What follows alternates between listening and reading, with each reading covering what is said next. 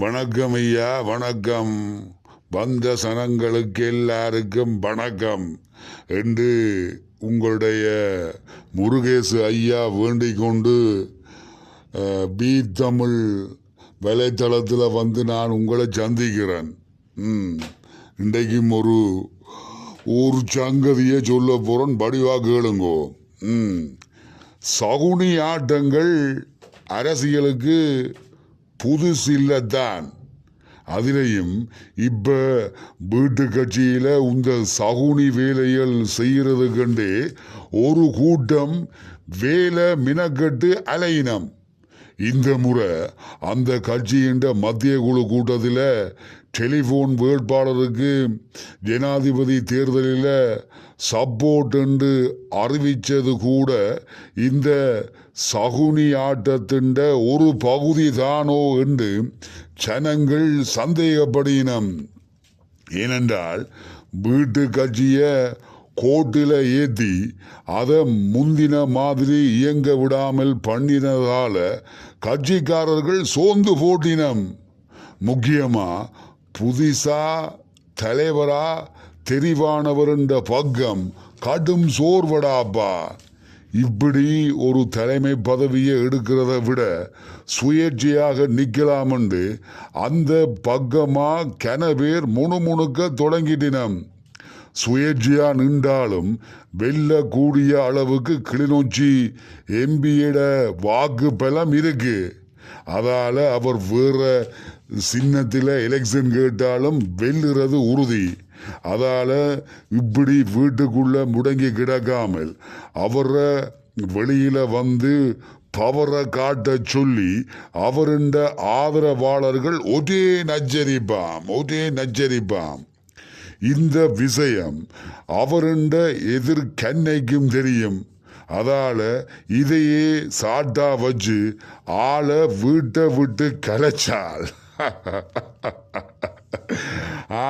இதையே சாட்டா வச்சு ஆளை வீட்டை விட்டு கிளைச்சால் வீட்டுண்ட சிறப்பு நோகாமல் தங்களுக்கு கிடைக்கும் என்று அவையில் நினைக்கினம். அப்படி கிளிநொச்சி எம்பி வீட்டை விட்டு போனால் கட்சிக்கு அந்த மாவட்டத்தில் பெருசா வாக்குகள் விழாமல் போடும். இதுக்கு இன்னொரு ஏற்பாட்டை அந்த சகுனியாருடைய டீம் செய்து கொண்டு வருகுதாமப்பா. வீண சத்தம் பிடிக்காமல் பிரிஞ்சு போய் இப்ப கேடயத்தில் கிளிநொச்சியில நிற்கிறவரை வீட்டுக்குள்ள கொண்டு வந்திருக்கணும். கொண்டு வாரதுதான் அந்த திட்டம். அவரும் வந்துட்டேர். ஏற்கனவே சகுனியாருடைய டீமில் இருந்த சிலர் இப்ப கேடயத்துக்குள்ளதான் ஒதுங்கி நிற்கணும். அவை ஊடாக தூது விட்டு கேடயத்தை கொண்டு வந்தால் கிளிநொச்சி எம்பிக்கு எதிராக வாக்குகளை வீட்டுக்குள்ள குவிக்கலாம் என்று சகுனியாருடைய டீம் நினைக்குதாம். அதனாலதான் இப்ப வீட்டு கட்சி டெலிஃபோனுக்கே சப்போர்ட் என்று சவுனிக்காரர் அறிவிச்ச பிறகு கேடயக்காரரும் அதே டெலிஃபோனுக்கு சப்போர்ட் பண்ணினவையாம். இப்படி ரெண்டு தரப்பும் மனமொத்து நடக்கிறதால கெதியில கேடயம் வீட்டுக்குள்ள வந்துவிடும் என்று விஷயம் அறிஞ்சவ சொல்லினம். ஆனால் இப்படி எடுத்தம் கவிழ்த்தம் என்ற மாதிரி தங்கட லாபத்துக்காக கேடயத்தை வீட்டுக்குள்ள கொண்டு வந்தால் ஏற்கனவே கிடைக்கிற கொஞ்ச நெஞ்ச வாக்கும் வீட்டு கட்சிக்கு இல்லாமல் போடும். என்னதான் இப்ப அவையல் கேடயத்தை வச்சிருந்தாலும் முந்தி ஒரு காலத்தில் அவையல் வீணைய வச்சிருந்த ஆக்கள் தானே. அதால அவைய இப்பவும் வீணக்காரர் என்றுதான் ஜனங்கள் பாக்கினம். கேடயம் வச்சிருக்கிறவர் கடைசி சண்டை நடக்க சொன்னதுகளையும் செய்ததைகளையும் ஜனங்கள் மறக்கலையப்பா. அதால வீட்டுக்குள்ள கேடயத்தை கொண்டு வந்து இருக்கிற வாக்குகளும் இல்லாமல் போய் வீட்டுக்காரர் எல்லாரும் இதனால நடு தெருவில் நின்றாலும் அதிசயம் இல்லை பாருங்கோ. இதைத்தான் சொல்றது.